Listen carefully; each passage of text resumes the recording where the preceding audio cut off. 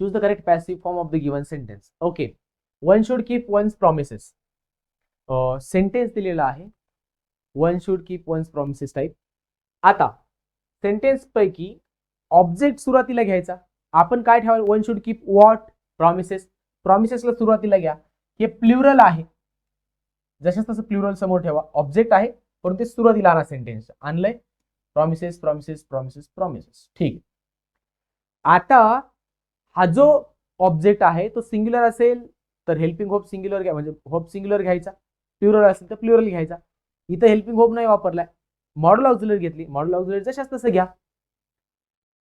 Promises should, जेव्हा module ऑक्झिलरीचं आपल्याला passive structure करायचं असतं त्यावेळी दिलेली मॉड्यूल ऑक्झिलरी जी आहे ती मॉड्यूल ऑक्झिलरी घ्यायचं आणि त्याच्यानंतर बी घ्यायचा आणि प्लस V3 घ्यायचा.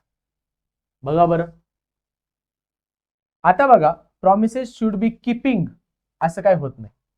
पॅसिव्ह व्हॉइस मध्ये वर्बचा थर्ड फॉर्मच घ्यावा लागतो, नेहमीच. ओके, नंबर 3 गेला. Promises should have, tense change करायला कोणी सांगितलं? टेन्स काय आहे, one should keep one's promises. Tense कोणता आहे, प्रेझेंट मध्ये सेंटेन्स सांगितलेलं, इम्परेटिव्ह सेंटेन्स आहे, राईट. मग याचं पॅसिव्ह करताना ऑब्जेक्ट सुरुवातीला घेतलाय, प्रॉमिसेस शुड घ्या. शुडच्या नंतर बी यायला पाहिजे. प्रॉमिसेस शुड बी कुठे, ओके, प्रॉमिसेस शुड इथं बीन घेतलाय.